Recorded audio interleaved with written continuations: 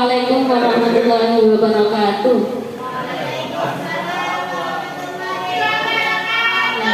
Yang pertama-tama dan yang paling utama, marilah kita panjatkan puja dan puji syukur kita kehadirat Allah Subhanahu wa Ta'ala yang telah memberikan kita nikmat iman dan ihsan sehingga kita dapat berkumpul di tempat yang penuh berkah ini.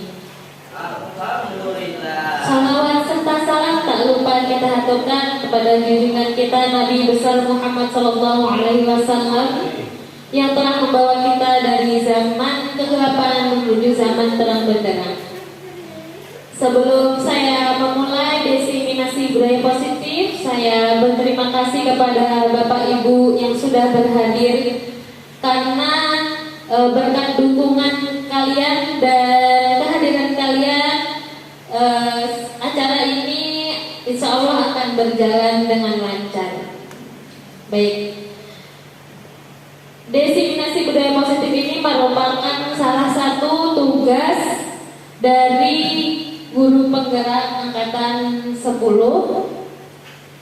yaitu menyebarkan pemahaman dan penerapan pengalaman tentang budaya positif.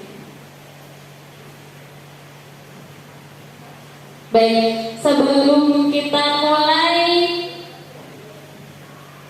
diseminasi atau penyebaran budaya positif, kita akan menyepakati forum diseminasi hari ini. Ini ada beberapa pernyataan sebagai contoh, misalnya menghargai siapapun. Artinya siapa yang berbicara, siapa yang berpendapat, kita sama-sama menghargai. Kemudian menjadi pendengar yang baik. Nah, Bapak Ibu bisa menambahkan lagi apa kira-kira yang mau ditambahkan dari kesepakatan kita?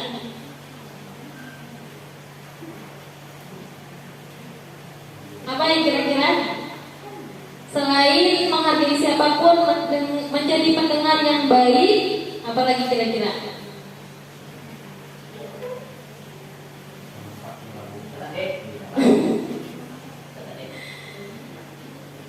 Apakah menjaga kebersihan juga dimasukkan?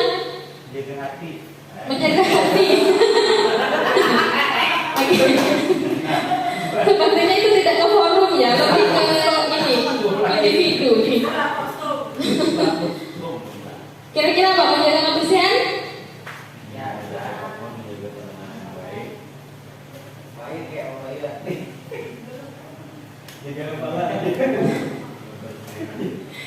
Ini untuk forum kita ya hari ini ya, apalagi meminta izin ketika keluar. Apalagi tuh? Kira-kira sudah cukup?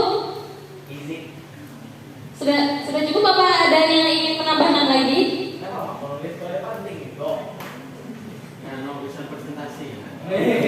Ya mungkin beliau mau menerangkan ketika nanti kesepakatan belajar ya Pak ya, kesepakatan diskusi ini bisa dipakai ya Pak, agar diskusi menjadi kondusif. Kemudian kita lanjutkan. Bapak Ibu, saya ingin mengajak Bapak Ibu semua untuk tersenyum 30 detik. Silahkan tatap teman sebangkunya.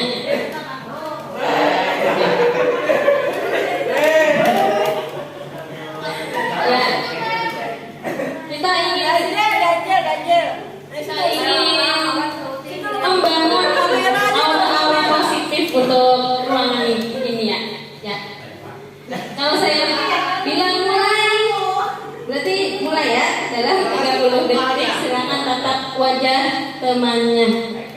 Oke. Yang bertiga berarti yang di tengah. 1, 2, 3.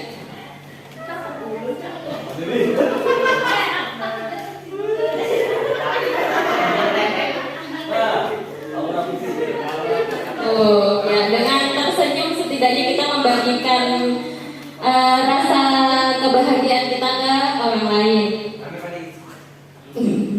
Oke. Nah, kita lanjut ya ke apa makna budaya positif. Nah, menurut Bapak Ibu, budaya positif itu apa? Budaya itu apa? Berarti hal yang membudaya lawan positif gitu. Sesuatu yang dilestarikan. Iya, budaya. Sesuatu yang harus dilestarikan. Kemudian apa lagi? Apa? Membiasakan berperilaku baik. Nah, membiasakan perilaku yang baik. Ya, luar biasa. Ya, tahun dan senang. Ya, budaya positif adalah sebuah nilai kebajikan yang menjadi keyakinan dan pada akhirnya menjadi karakter atau ciri khas dari sebuah komunitas atau lembaga. Nah, dari nilai-nilai kebajikan, misalnya toleransi, kemudian bertanggung jawab, kemudian saling menghormati. Nah, itu yang kita laksanakan hingga menjadi budaya positif di sekolah. Seperti itu.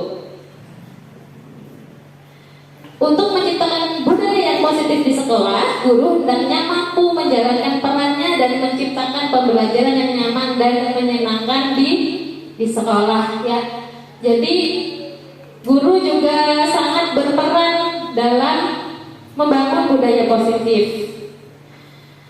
Di mana anak itu kalau sekolah bisa merasa bahagia ketemu gurunya, bukan malah ya ketemu guru itu lagi misalnya, ya aduh ada semangat. Nah, kita sebagai guru perlu memberikan hal yang membuat mereka nyaman dan aman di kelas maupun sekolah.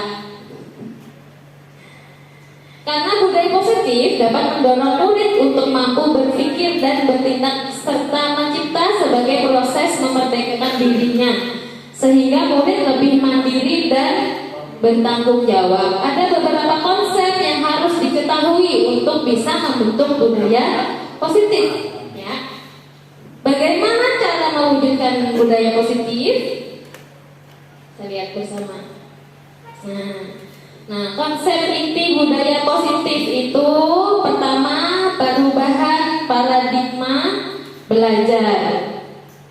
Bapak Ibu harus merubah pandangan Bapak Ibu, ya, untuk merubah pandangan itu menjadi lebih baik seperti itu.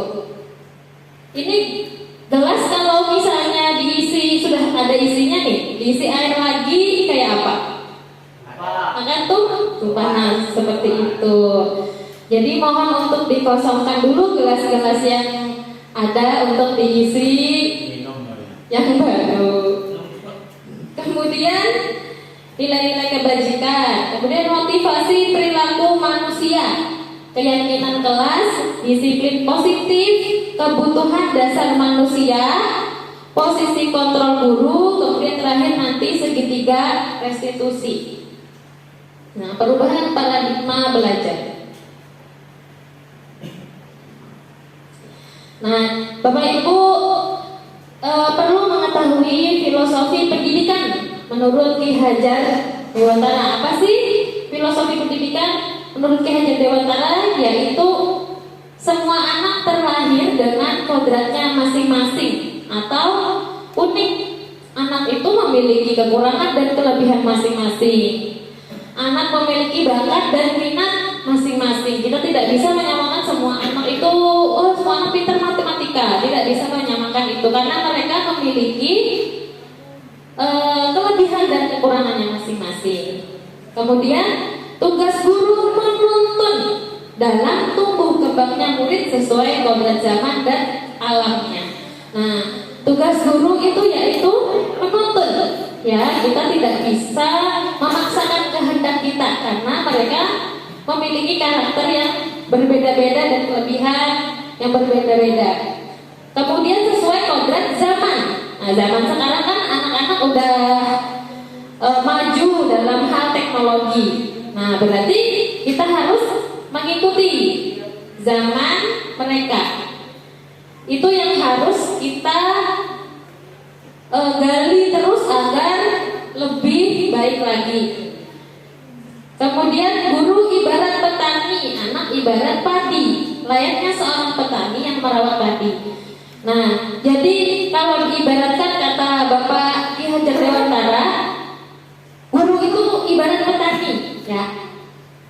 Nah, kita tuh sebagai petani hanya bisa memupuk, kita rawat anak tuh, kita beri supaya hama-hama tuh ada datang, kayak apa caranya, kayak gitu, ya. Tapi kita tidak bisa merubah tumbuhnya padi itu menjadi jagung atau menjadi tumbuhan lain. Dia tetap akan menjadi padi.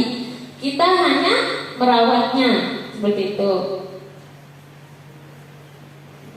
Budaya positif merupakan perwujudan dari nilai-nilai atau keyakinan universal yang diterapkan di sekolah. Maksud nilai-nilai dan keyakinan universal ini apa Bapak Ibu? Nah, contohnya keyakinan universal ini adalah keyakinan yang sudah kita semua yakini, yang sudah ada memang. Nah, tapi itu adalah yang positif ya, bukan yang negatif, yang positif, nilai-nilai yang positif yang diyakini oleh orang banyak. Seperti itu. Yang sudah diterapkan di sekolah, yang sudah diterapkan sekolah itu apa? Kita nilai-nilai yang sudah kayak ini ya, saling menghargai guru, teman, tuh ya kita sudah menerapkan di sekolah.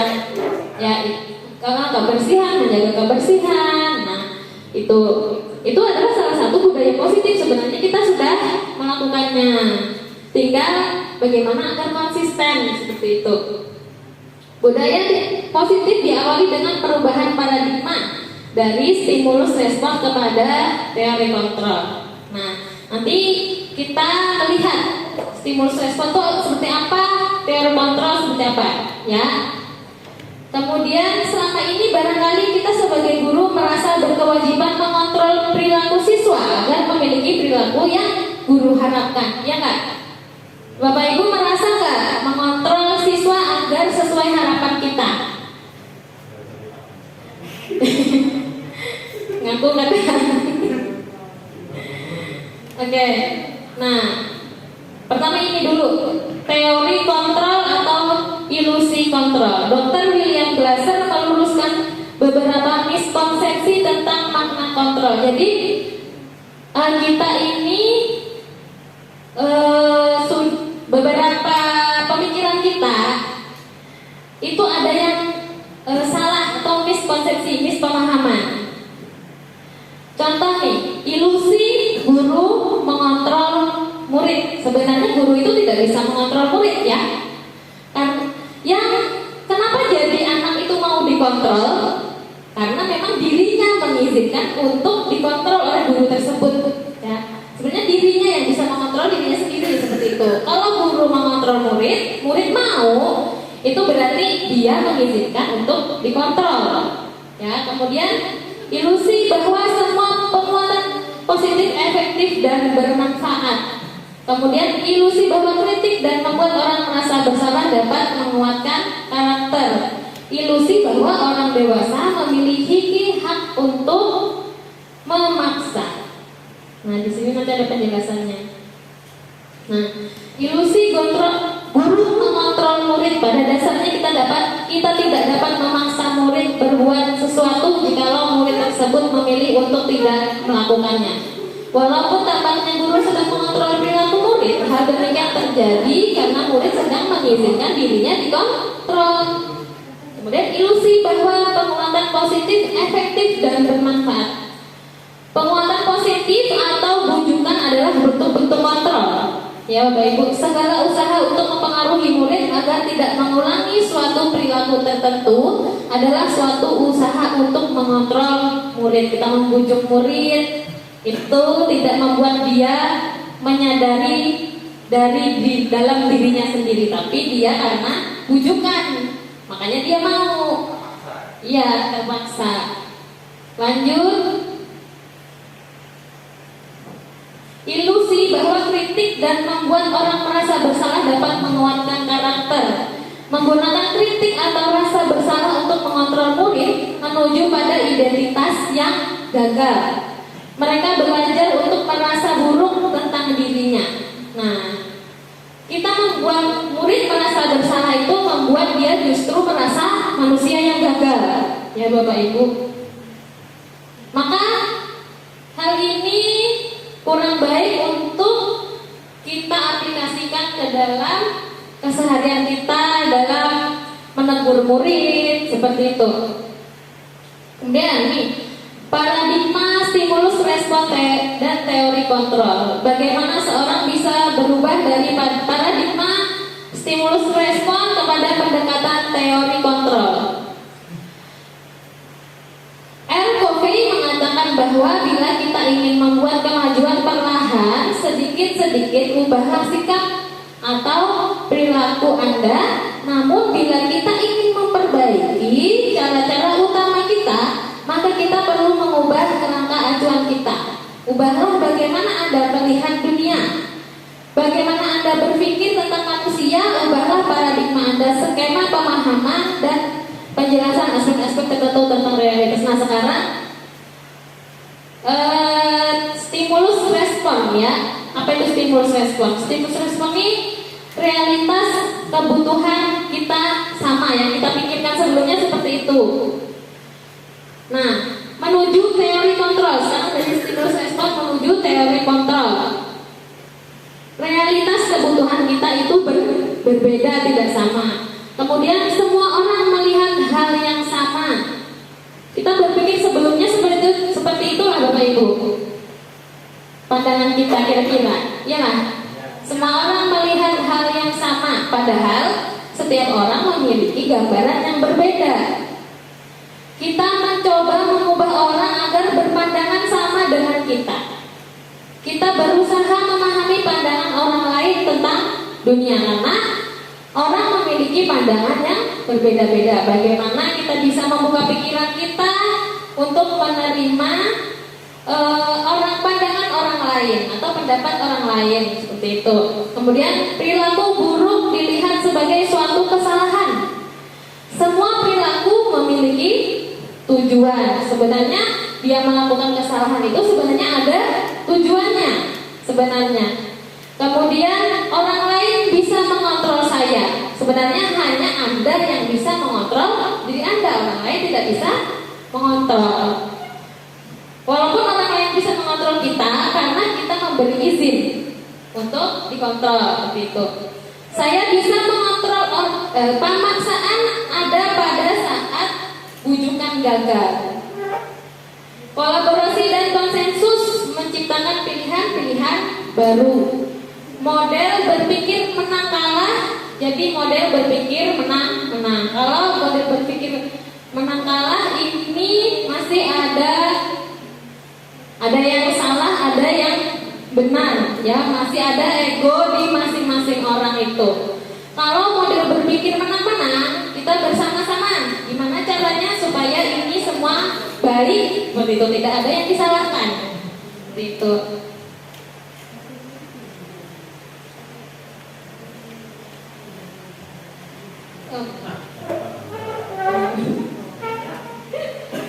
Kesadaran akan paradigma stimulus respon memberikan pemahaman yang dampaknya tidak efektif dalam jangka panjang, serta membuat seorang patah semangat dalam menjalani kehidupannya.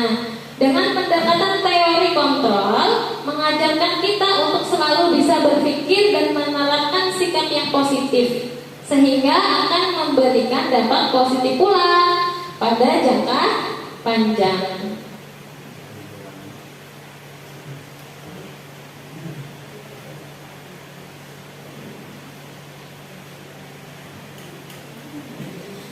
Nah, dalam stimulus respon seolah-olah orang lain dapat mengontrol kita, ya Bapak Ibu tadi pada stimulus respon. Nah, dapat kita kendalikan sehingga kita dapat merubah seorang menjadi apa yang kita inginkan. Tetapi pada teori kontrol sangat bertolak belakang. Sesuatu yang sedang kita kontrol sebetulnya tidak dapat kita kendalikan, karena yang dapat mengontrol adalah dirinya sendiri. Kita harus memiliki suatu pola pikir yang lebih tertata agar kita mampu berusaha memahami pandangan orang lain tentang dunia. Kita pun harus memahami jika seseorang berbeda pandangan dengan kita, serta tidak memaksakan pandangan kita kepada orang lain. Pembelajaran paradigma baru atau kurikulum merdeka merupakan pembelajaran yang berorientasi pada penguatan kompetensi dan pengembangan karakter yang sesuai dengan dimensi profil pelajar Pancasila. Karena kita menggunakan kurikulum merdeka ya, kita beracu kepada profil pelajar Pancasila. Apa aja profil pelajar Pancasila? Yang pertama, bertakwa kepada Tuhan Yang Maha Esa, kemudian berkebinekaan global, apalagi bergotong royong, kreatif, bernalar kritis, dan mandiri. Lanjut, tadi kan sudah mulai terbuka nih pikirannya ya tentang pandangan kita tentang stimulus respon menuju teori kontrol. Nah, lanjut disiplin positif. Menurut Bapak Ibu, apa makna disiplin?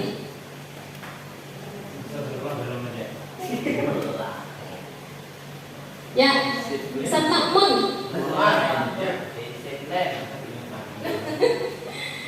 Kira-kira kalau datang ke sekolah itu tuh tepat waktu itu disiplin kah? Oh, disiplin. Itu disiplin untuk datang tepat waktu, disebut dengan aturan sekolah untuk mendisiplinkan anak ya. Nah, kata disiplin sering dikatakan dengan tata tertib, teratur, kepatuhan pada peraturan. Kata disiplin juga sering dihubungkan dengan hukuman, ya enggak? Padahal itu sungguh berbeda, karena belajar dengan disiplin tidak harus dengan memberi hukuman. Justru hukuman itu kalau bisa itu tidak digunakan sama sekali. Ya Bapak Ibu, boleh, tapi kalau bisa jangan digunakan sama sekali. Itu adalah alternatif terakhir kalau memang anak tersebut tidak bisa kita kendalikan begitu. Ki Hajar Dewantara menyatakan bahwa untuk mencapai kemerdekaan atau dalam konteks pendidikan saat ini dan untuk menciptakan murid yang merdeka, syarat utamanya adalah harus ada disiplin yang kuat. Apa yang dimaksud oleh Bapak Ki Hajar Dewantara ini tentang disiplin? Disiplin yang dimaksud adalah disiplin diri, ya, yang memiliki motivasi internal. Dia memiliki motivasi dia dalam dirinya. Dia melakukan sebuah tindakan karena dirinya sendiri, bukan orang lain, bukan karena orang lain, kayak gitu. Contohnya, kita menyadari bahwa kita harus menghargai orang lain. Nah, itu jangan karena misalnya kita menghargai orang lain ini karena misalnya ada dirawat, itu misalnya ada menghargai orang lain, ada dirawat, itu berarti faktor eksternal. Ya, harus dari dalam. Kayak apa caranya supaya murid itu dapat menyadari hal-hal yang positif itu tumbuh dari dalam dirinya, seperti itu.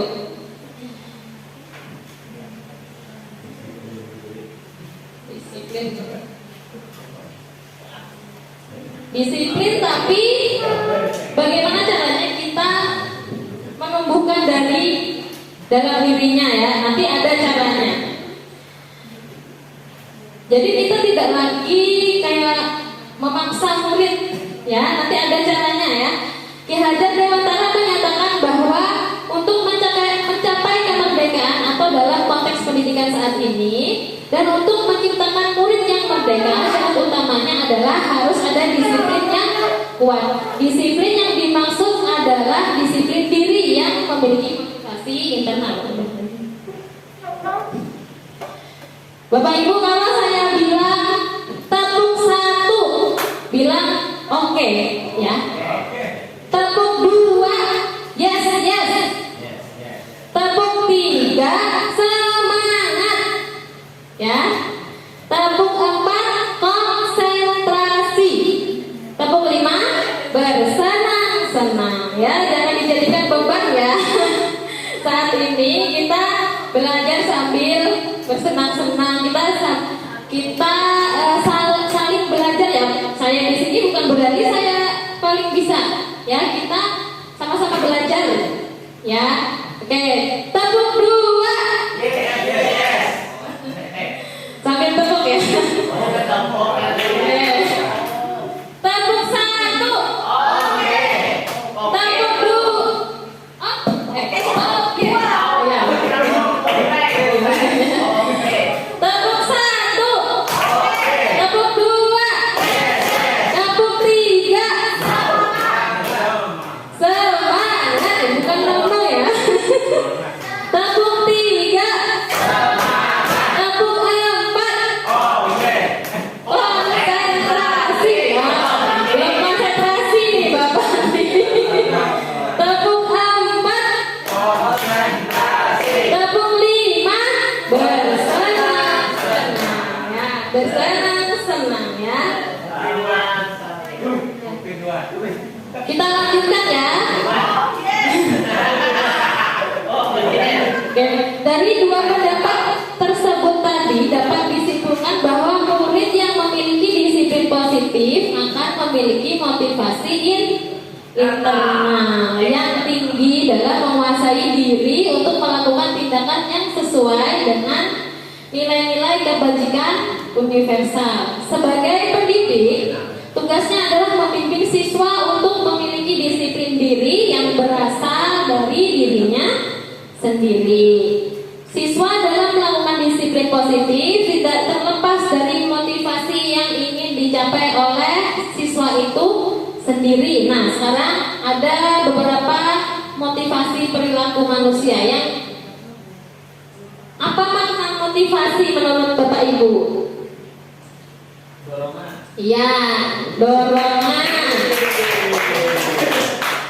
Dorongan kita melakukan sesuatu itu karena ada motivasi dalam diri kita. Kalau tidak ada motivasi, kita tidak ada dorongan untuk melakukan suatu tindakan. Nah, ada 3 motivasi, ya, dimana, nah, ini membangkitkan diri untuk bertindak, mendorong seseorang untuk mencapai tujuan, itu dinamakan motivasi.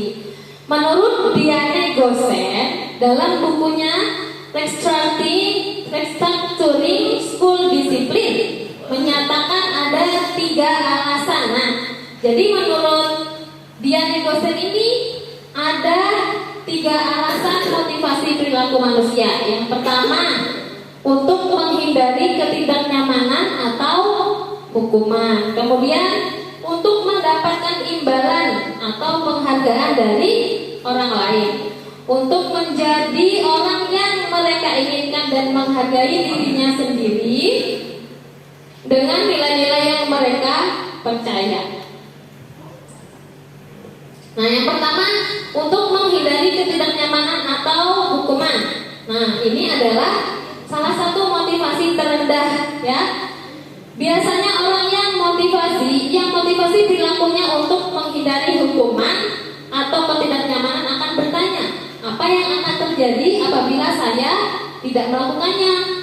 Sebenarnya mereka sedang menghindari permasalahan yang mungkin muncul dan berpengaruh pada mereka. Motivasi ini bersifat eksternal, ya, bukan dari diri sendiri. Takutan dihukum, makanya pada melakukan kayak itu. Yang kedua, motivasi untuk menjadi orang yang mereka motivasi untuk mendapatkan imbalan atau penghargaan dari orang lain. Nah, motivasi ini satu tingkat di atas motivasi yang pertama. Di sini orang berperilaku untuk mendapatkan imbalan atau penghargaan dari orang lain. Mereka melakukan sebuah tindakan untuk mendapatkan pujian dari orang lain yang menurut mereka itu penting dan mereka letakkan dalam dunia berkualitas mereka. Mereka juga melakukan sesuatu untuk mendapatkan hadiah, pengakuan atau imbalan. Motivasi ini juga bersifat eksternal ya Bapak Ibu. Hanya ingin mendapat penghargaan, bukan dari diri sendiri. Pengen dipuji, pengen dianggap amazing. Seperti itu kata Ustaz Mahmud. Kemudian motivasi yang ketiga. Motivasi yang ketiga ini untuk menjadi orang yang mereka inginkan dan menghargai diri sendiri dengan nilai-nilai yang mereka percaya. Orang dengan motivasi ini akan bertanya, akan menjadi orang yang seperti apa bila kita melakukannya. Mereka melakukan sesuatu karena nilai-nilai yang mereka yakini dan hargai, dan mereka melakukannya karena mereka ingin menjadi orang yang melakukan nilai-nilai yang mereka yakini tersebut. Ini adalah motivasi yang akan membuat seseorang memiliki disiplin positif, karena motivasi perilakunya bersifat internal bukan eksternal. Nah, ini Bapak Ibu, motivasi yang dapat menumbuhkan diri anak untuk menjadi orang yang mereka inginkan dan menghargai diri sendiri dengan nilai-nilai yang mereka yakini. Ini yang ingin kita tumbuhkan ya Bapak Ibu, motivasinya, motivasi anak. Kemudian ada kebutuhan dasar manusia.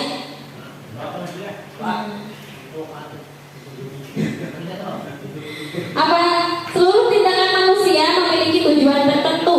Ya, pasti ya, kita melakukan sesuatu ada tujuan tertentu ya. Semua yang kita lakukan adalah usaha terbaik kita untuk mendapatkan apa yang kita inginkan. Ketika kita mendapatkan apa yang kita inginkan, sebetulnya saat itu kita sedang memenuhi satu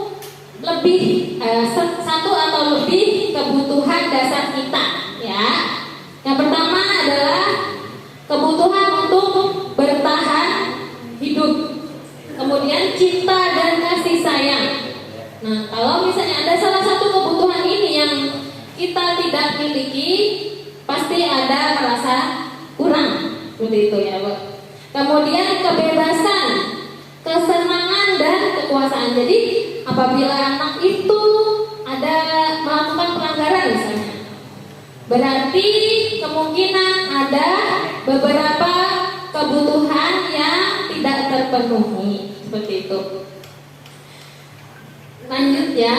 Ini, nah, kebutuhan bertahan hidup itu contohnya apa aja? Bertahan hidup apa aja?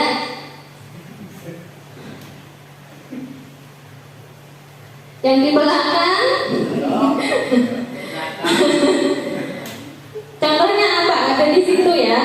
Contohnya misalnya kesehatan, rumah, makanan, seks sebagai bagian dari proses reproduksi termasuk kebutuhan untuk bertahan hidup. Komponen fisiologis pada kebutuhan ini meliputi kebutuhan akan perasaan aman.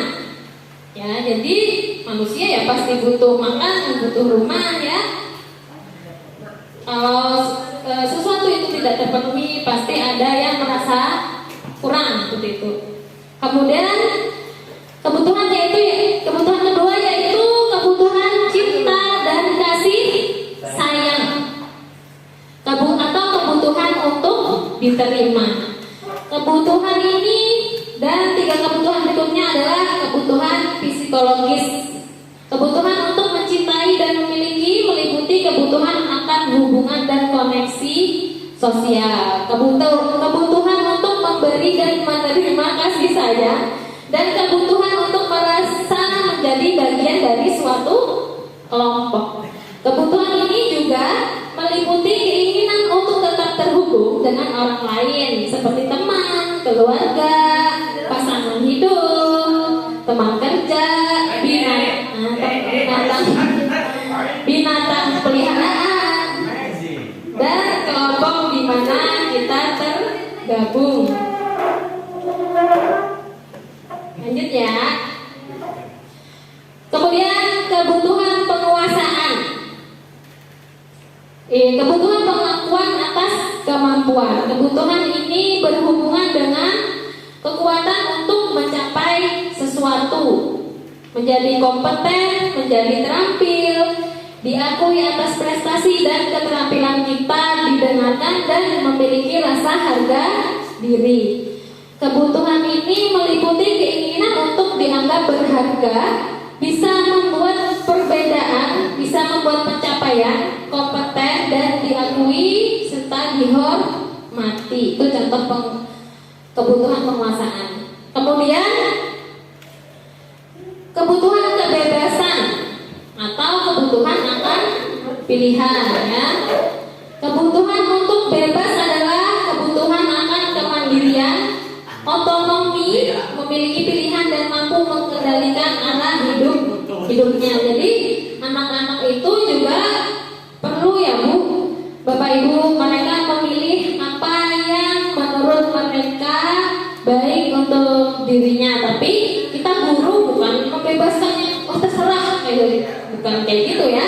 Bukan membebaskan sebebasnya, tapi kita tetap menuntun ya, walaupun kita memberi kebebasan untuk memenuhi kebutuhan kebebasan murid. Kemudian kebutuhan kesenangan, kebutuhan untuk merasa senang.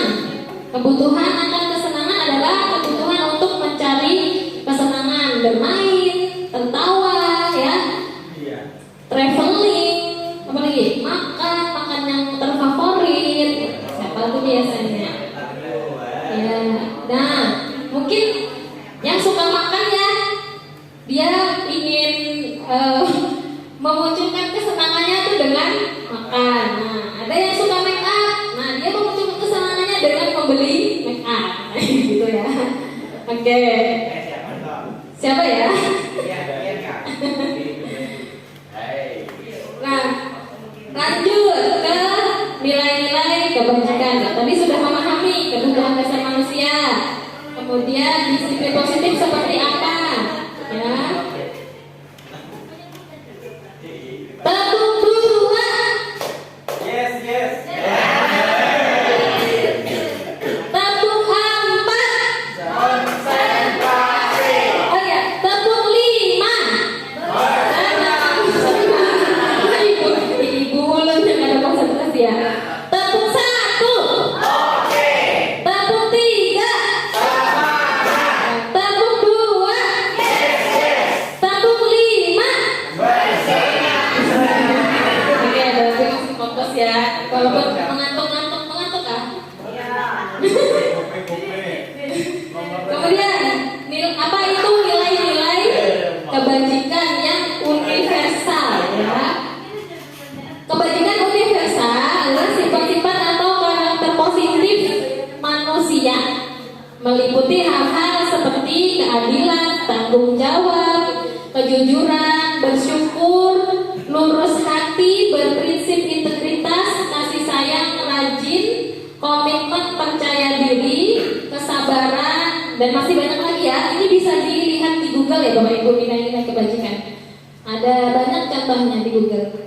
Kemudian, nah kita lanjutkan dengan keyakinan kelas. Ini sudah kita laksanakan sebenarnya ya. Ini kita ulas kembali ya supaya mengingat lagi apa itu keyakinan kelas. Nah, setiap tindakan atau perilaku yang kita lakukan di dalam kelas dapat menentukan terciptanya sebuah lingkungan positif. Perilaku warga kelas tersebut menjadi sebuah kebiasaan yang akhirnya membentuk sebuah budaya positif. Jadi nanti dari kelas dulu kita menanamkan sikap-sikap positif, kemudian ini akan menjadi sebuah budaya positif. Dalam mewujudkan perilaku warga sekolah yang memiliki budaya positif, hal pertama perlu diciptakan dan disepakati adalah membuat keyakinan, ya, atau prinsip-prinsip dasar bersama di antara para warga kelas untuk mendapatkan nilai-nilai kebajikan yang disepakati bersama. Gitu. Mengapa keyakinan kelas? Mengapa tidak peraturan kelas saja? Jawabannya adalah suatu keyakinan akan lebih memotivasi seorang dari dalam, atau motivasi secara intrinsik. Seorang akan lebih tergerak dan bersemangat untuk menjalankan keyakinannya daripada hanya sekedar mengikuti serangkaian peraturan yang mengatur mereka harus berlaku begini dan begitu, yang membuat ketidaknyamanan dan keterpaksaan. Jadi apa bedanya keyakinan dengan peraturan itu menurut Bapak Ibu? Kalau peraturan bisa terpaksa, kalau keyakinan kelas dari dalam dirinya sendiri. Iya. Nah, terima kasih Pak Hudri. Ya. Nah, kalau peraturan itu satu arah ya, guru mengatur, hanya guru yang memberikan peraturan. Nih, berarti peraturan ini kayak gitu, sehingga murid itu tidak merasa memiliki kesadaran untuk menaati tersebut, karena taat tapi terpaksa, kemungkinan seperti itu, karena mungkin faktor eksternal, dihukum kayak gitu ya. Nah, kenapa membuat keyakinan kelas? Karena ini adalah kesepakatan bersama, seperti itu, sehingga murid menyadari ini adalah kesepakatan bersama yang aku juga yang bikin kayak gitu. Aku juga terlibat dalam membuat keyakinan ini. Jadi dia merasa dia juga harus melaksanakan hal tersebut tanpa paksaan, begitu. Itu yang kita harapkan ya Bapak Ibu. Contoh keyakinan kelas. Nah, ini contoh-contohnya ya. Peduli, rajin, rasa hormat, tanggung jawab, seperti itu. Nah, cara membuat keyakinan kelas. Caranya yang pertama, guru menyampaikan dulu, jangan langsung ujuk-ujuk. Maulah ya kita sampaikan dulu. Tujuan ibu membuat keyakinan kelas yaitu untuk membuat aturan yang positif, ya, membuat kesepakatan yang positif untuk kebaikan di kelas, ya, agar nyaman antara guru dan murid, menjadi nyaman antara murid dengan murid juga nyaman. Kita bikin keyakinan kelas boleh dari peraturan-peraturan yang ada, boleh. Kemudian kita bikin keyakinan kelas dengan melihat nilai kebajikan, seperti itu. Kemudian meminta murid untuk menulis atau dinamakan curah pendapat tentang apa yang mereka impikan terhadap kelasnya. Jadi nanti kita kasih sticky note, baru mereka nulis apa yang mereka inginkan aturan di kelas nih, gitu. Nah, kemudian sudah nanti ditempel di papan tulis. Apalagi setelah itu, ada yang sudah melaksanakan? Bu Sarsa sudah melaksanakan keyakinan kelas? Belum? Ya. Kemudian sudah ditempel tadi, kita ulas bersama-sama. Guru dan siswa mengulas bersama-sama keyakinan kelas yang ditulis oleh murid. Jadi dibacakan ya, dibacakan keyakinan kelasnya. Misalnya melaksanakan piket, misalnya kayak gitu. Kemudian menyapa teman setiap hari, misalnya kayak gitu. Nah, itu kita ulas lagi ya, menjadi nilai kebajikan. Kita bisa lihat di Google juga ada nilai kebajikannya Bapak. Kayak misalnya yang tadi melaksanakan piket, itu termasuk apa Bapak Ibu kira-kira? Tanggung jawab. jawab. Kemudian datang tepat waktu, disiplin. Nah, dijadikan seperti itu. Jadi keyakinan kelas itu secara universal kayak gitu. Semua sikap-sikap itu masuk ke dalam tanggung jawab. Selain tanggung jawab itu selain tiket apa lagi? Apa kira-kira? Kalau di dalam kelas? Ya, buang sampah pada tempatnya. Itu juga tanggung jawab sendiri ya. Kemudian apa lagi? Mengerjakan tugas, misalnya seperti itu. Nah, kemudian guru dan murid memilah keyakinan kelas dari pernyataan murid, udah tadi ya. Mengubah keyakinan kelas menjadi kalimat positif. Tadi sudah saya jelaskan melalui nilai-nilai kebajikan. Guru dan murid menyepakati keyakinan kelas seperti itu. Nah, lalu nanti keyakinan kelasnya ditempel di kelas, itulah yang akan menjadi kesepakatan atau sikap-sikap karakter-karakter yang ditumbuhkan di kelas tersebut seperti itu.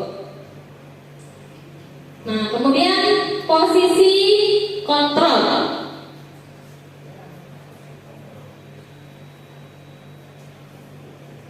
Diane Gosen dalam bukunya Restitution Restructuring School Discipline mengemukakan bahwa guru perlu meninjau kembali penerapan disiplin di dalam ruang-ruang kelas selama ini. Apakah telah efektif?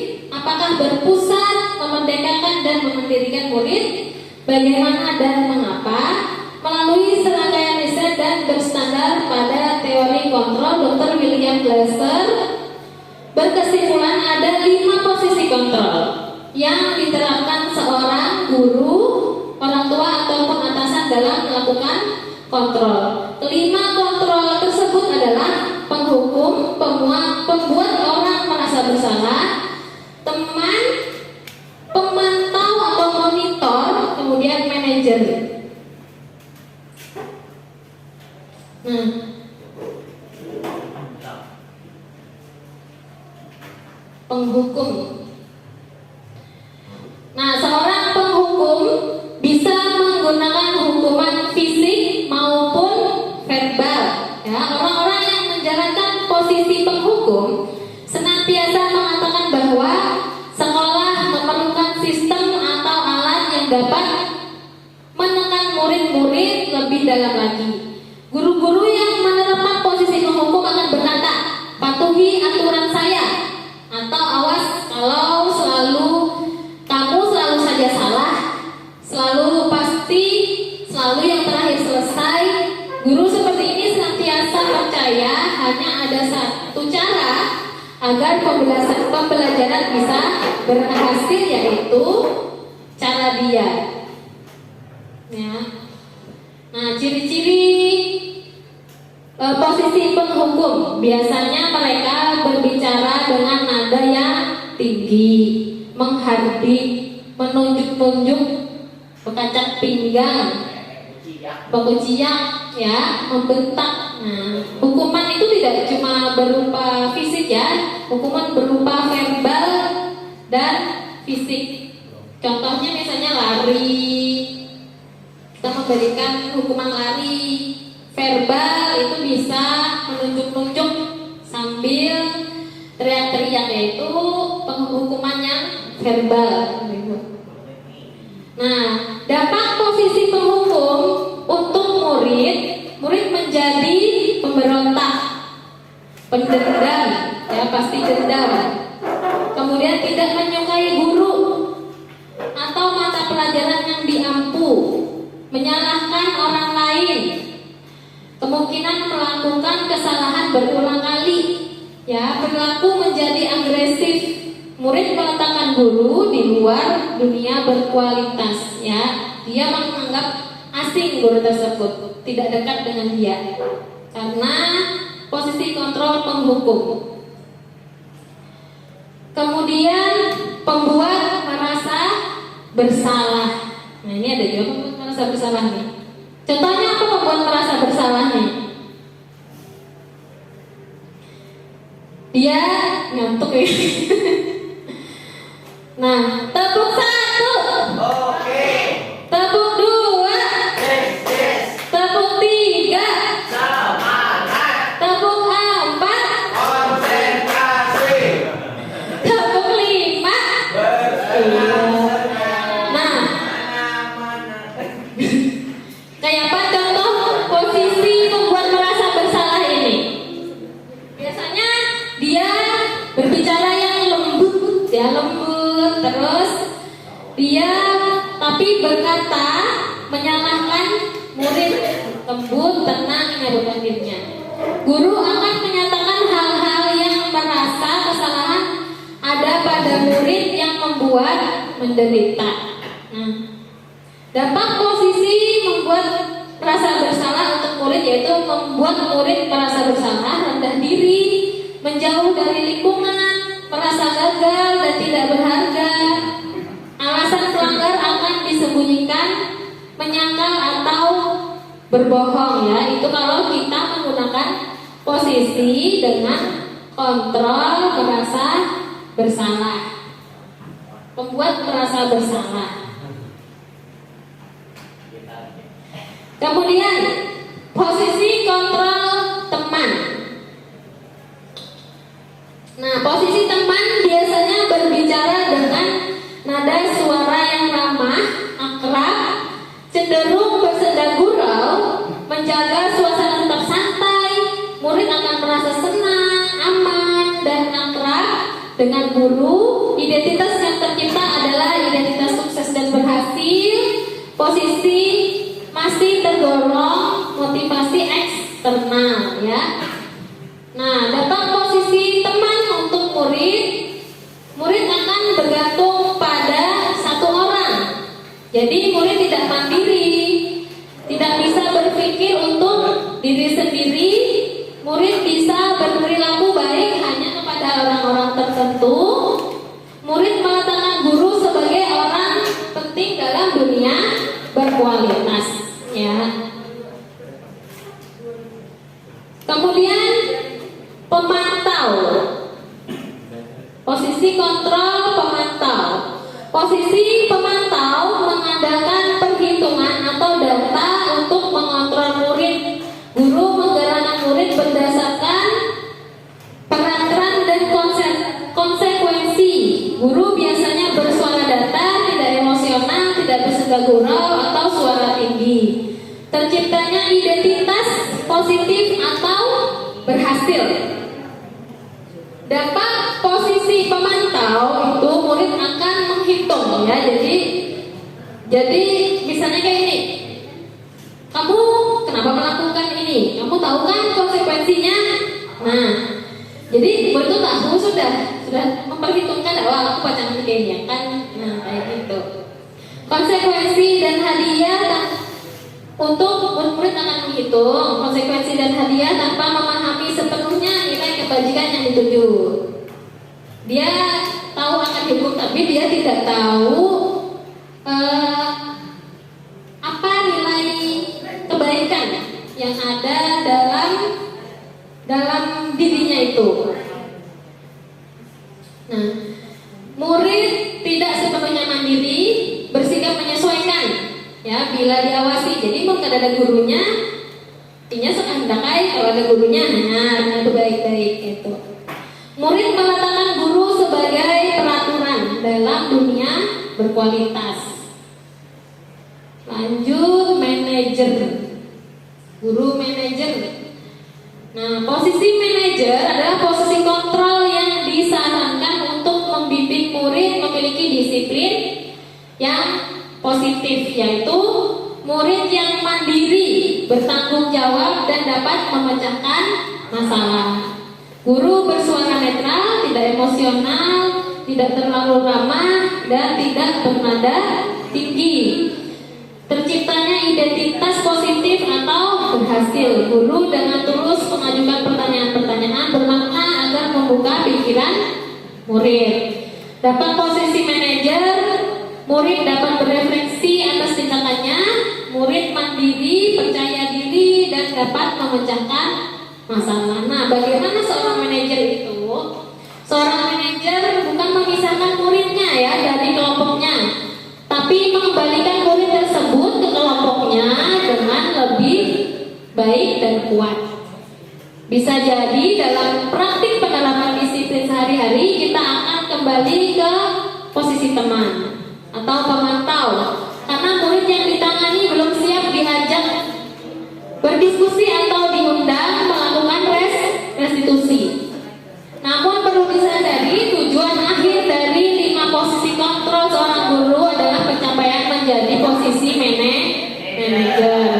Ya, ada Pak, perlahan-lahan dari penghukum menjadi kontrol, posisi kontrol teman menjadi posisi kontrol manajer nanti akhirnya, ya. Nah, dan dengan segala perilaku pada akhirnya dapat menciptakan lingkungan yang positif, nyaman dan aman, dan dapat menumbuhkan motivasi intrinsik dari diri siswa. Nah, segitiga restitusi. Nah, ini cara posisi kontrol manajer dalam menanggapi apabila murid terdapat kesalahan, ya. Nah, restitusi adalah proses menciptakan kondisi bagi murid untuk memperbaiki kesalahan mereka, ya. Apa tadi restitusi, Bapak Ibu? Proses menciptakan kondisi bagi murid untuk memperbaiki kesalahan mereka, ya, sehingga mereka bisa kembali pada kelompok mereka dengan karakter yang lebih kuat. Restitusi juga adalah proses kolaboratif yang mengajarkan murid untuk mencari solusi dalam menghadapi masalah dan membantu murid berpikir tentang orang seperti apa yang mereka inginkan dan bagaimana mereka harus memperlakukan orang lain. Restitusi membantu murid menjadi lebih memiliki tujuan, disiplin positif, dan memulihkan dirinya setelah berbuat salah, ya. Nah, bagaimana cara restitusi? Nanti setelah ini kita mengulas bersama, ya. Nah, penekanannya bukanlah pada bagaimana perilaku untuk menyenangkan orang lain atau menghindari ketidaknyamanan, namun tujuannya adalah menjadi orang yang menghargai nilai-nilai kebajikan yang mereka percayai. Sebelumnya kita telah belajar tentang teori kontrol, ya, Bapak Ibu tadi, bahwa pada dasarnya kita memiliki motivasi intrinsik. Melalui restitusi, ketika murid berbuat salah, guru akan menanggapi dengan cara yang memungkinkan murid untuk berbuat evaluasi secara internal tentang apa yang dapat mereka lakukan untuk memperbaiki kesalahan mereka dan mendapatkan kembali harga dirinya, ya. Nah, jadi kita gunakan restitusi. Bagaimana langkah-langkah restitusi itu? Ada 3 langkah. Yang pertama, menstabilkan identitas. Yang kedua, validasi tindakan yang salah. Kemudian menanyakan keyakinan. Itu ya langkah-langkahnya. Nah, dalam menstabilkan identitas ini, bagaimana kita membuat murid itu bercerita apa yang dilakukannya dan dia menyadari memang benar-benar itu yang dilakukannya, kayak gitu. Kemudian validasi tindakan salah. Nah, kita di sini menyadarkan murid tersebut karena apa yang dilakukan itu adalah salah, begitu. Kita memberikan pertanyaan-pertanyaan seperti itu, ya Bapak Ibu. Kemudian 3, menanyakan keyakinan kelas, ya. Yang terakhir menanyakan keyakinan kelas. Nah, keyakinan kelas apa? Misalnya keyakinan kelas apa yang tidak kamu lakukan? Nah, seperti itu contoh pertanyaannya. validasi tindakan salah. Misalnya, apakah yang kamu lakukan sudah sesuai keyakinan kelas? Seperti itu. Menstabilkan identitas ini kita menstabilkan emosinya juga pada saat ini. Bagaimana supaya dia bercerita dengan nyaman seperti itu, agar dia benar-benar bercerita apa yang dilakukan, gitu. Nah, ini ada kata-katanya ya. Menstabilkan identitas itu kamu bukan salah satu-satunya yang pernah melakukan ini. Nah, setiap orang pasti pernah melakukan kesalahan. Nah, setelah dia cerita, kita bisa memberikan suatu motivasi lah, atau agar dia tidak merasa manusia yang gagal, seperti itu. Kemudian validasi tindakan salah. Nah, kamu tentu punya alasan mengapa melakukan itu. Adakah cara yang lebih efektif untuk mendapatkan yang kamu butuhkan? Coba. Setiap tindakan pasti ada alasannya. Ya, di situ kita memvalidasi tindakan yang salah, kayak gitu. Kemudian keyakinan kelas, menanyakan keyakinan kelas terakhir. Keyakinan kelas apa yang telah kita sepakati? Gitu. Kamu ingin menjadi orang yang seperti apa? Tadi kan kita sudah bikin keyakinan kelas di kelas kita. Nah, itu yang kita pegang, ya. Keyakinan kelas itu bisa saja Bapak Ibu ya kita rubah, tidak mesti misalnya setahunan itu terus. Misalnya kita bisa rubah apabila memang sesuai kondisi di kelas, gitu. Dan susunan restitusi ini tidak harus misalnya menstabilkan identitas dulu, validasi tindakan yang salah yang kedua, nggak pasti ya. Boleh menanyakan keyakinan kelas dulu, baru validasi tindakan salah, kemudian menstabilkan identitas, seperti itu.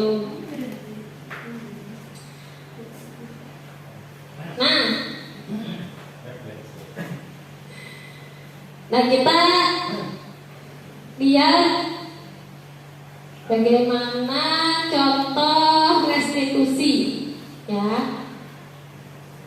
Itu video saya sendiri. Eca tahu tidak mengapa Eca dipanggil ke sini?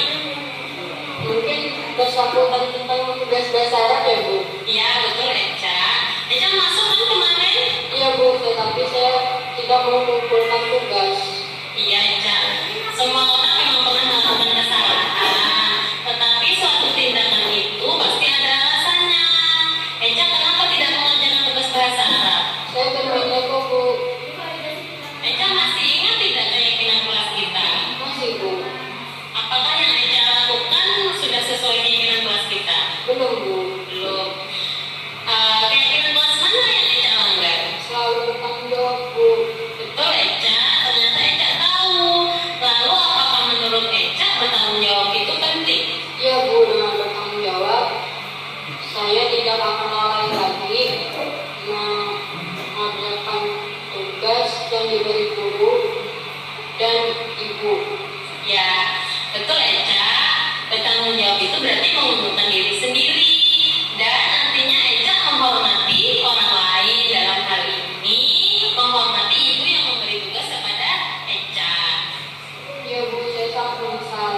Apakah Eca siap memperbaiki kesalahan ini? Iya, Bu.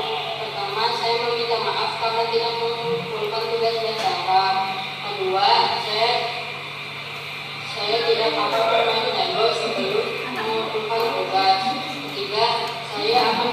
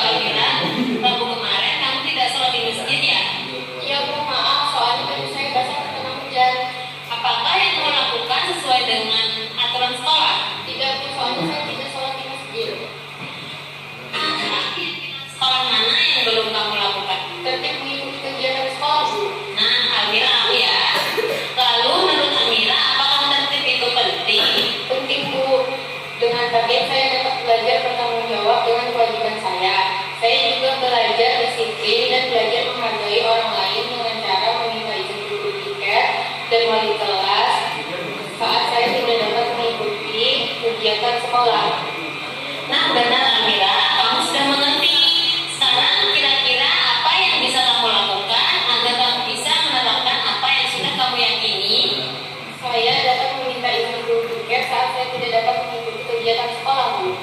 Mungkin ada yang lain? Mungkin saat baju saya basah, saya dapat meminjam baju yang disediakan di sekolah. Nah, berarti kamu sudah paham ya bahwa kita harus tertib aturan sekolah. Iya, Bu. Insya Allah saya akan belajar menjadi lebih tertib lagi. Baiklah. Terima kasih Almira, kamu sudah memenuhi panggilan Ibu. Silakan kembali ke kelas. Terima kasih, Bu. Assalamualaikum. Waalaikumsalam. Nah, itu tadi contoh segitiga restitusi ya Bapak Ibu. Untuk pertanyaan-pertanyaannya itu tidak baku ya. Terserah Bapak Ibu seperti apa. Untuk yang pertama bisa ini tidak mesti menstabilkan identitas dulu ya, tapi bagaimana cara menstabilkan identitas, kemudian bagaimana cara memvalidasi tindakan salah, kemudian bagaimana cara kita membuat dia menyadari keyakinan kelas kita, kayak gitu. Oke. Nah, sekarang terakhir yaitu refleksi. Ya, refleksi ini bisa yang disampaikan pembelajaran apa yang Ibu dapatkan dari awal, Bapak Ibu dapatkan dari awal hingga akhir, atau bisa juga memberikan umpan balik. Ya, siapa yang ingin memberikan refleksi, diseminasi budaya positif hari ini? Aduh, sepertinya sudah lelah sekali ya. Siapa yang ingin merefleksikan?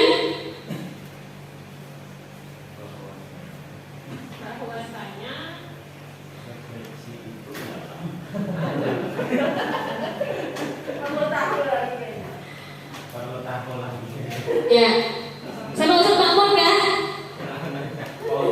Ya, Pak Putri. Sampaikan aja, walaupun sedikit atau banyak, kira-kira apa yang didapatkan hari ini ya, seperti itu. Silakan Pak dan berisi.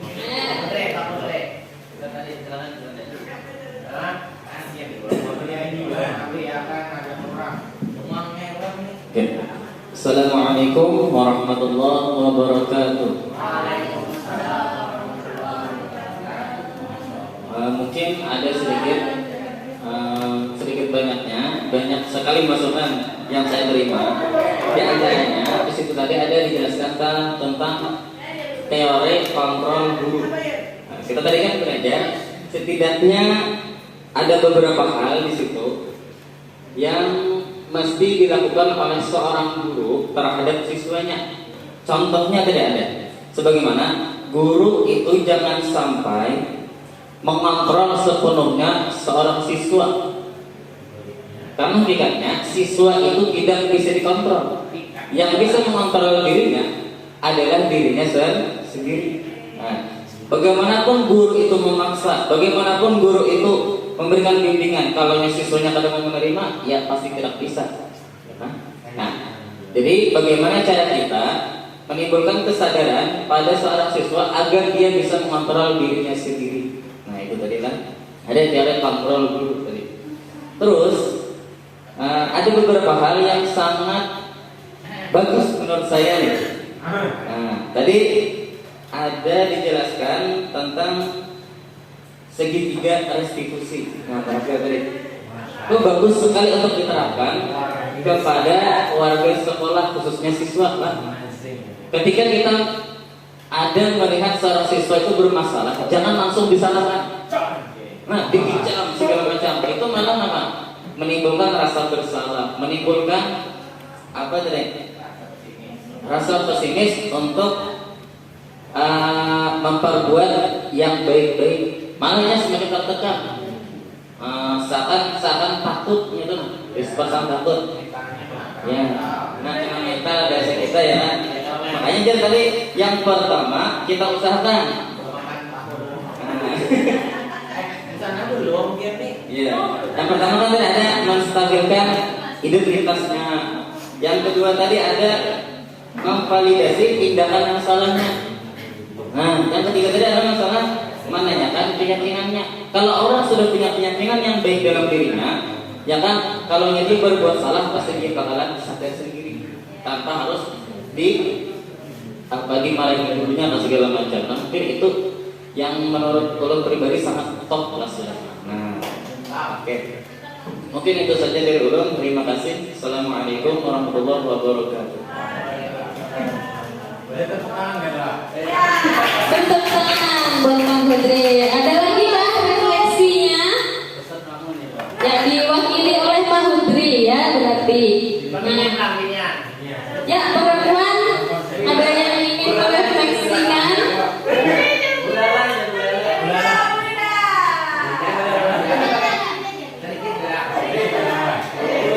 Ya. Tidaknya.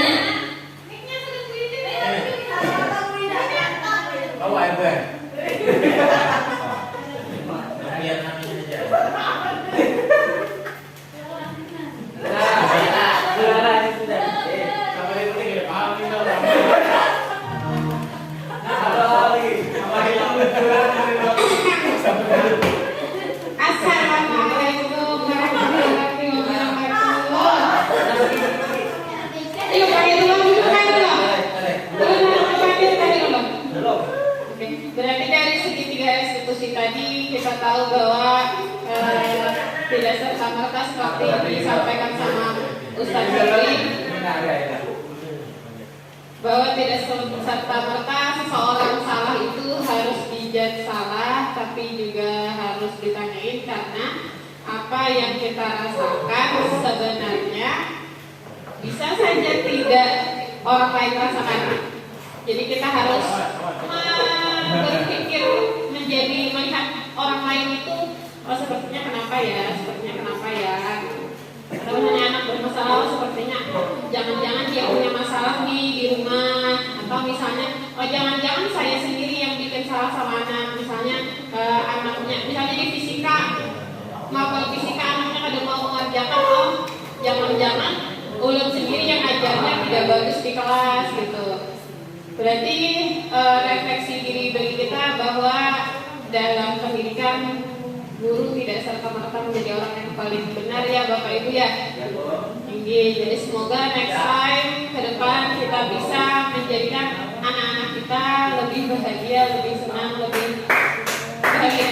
Terima kasih.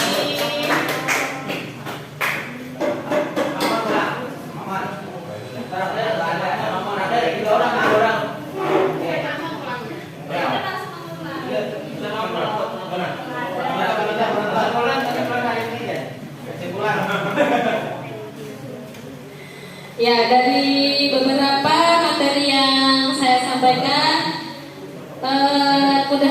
mudah-mudahan ini bermanfaat ya Bapak Ibu dalam bagaimana kita memperlakukan murid seperti itu. Ya, mungkin ini saja, salah hilafnya mohon maaf apabila ada ditanyakan lagi, boleh nanti di kantor ya, karena kita sekantor aja ya. Terima kasih atas perhatiannya. Assalamualaikum warahmatullahi wabarakatuh.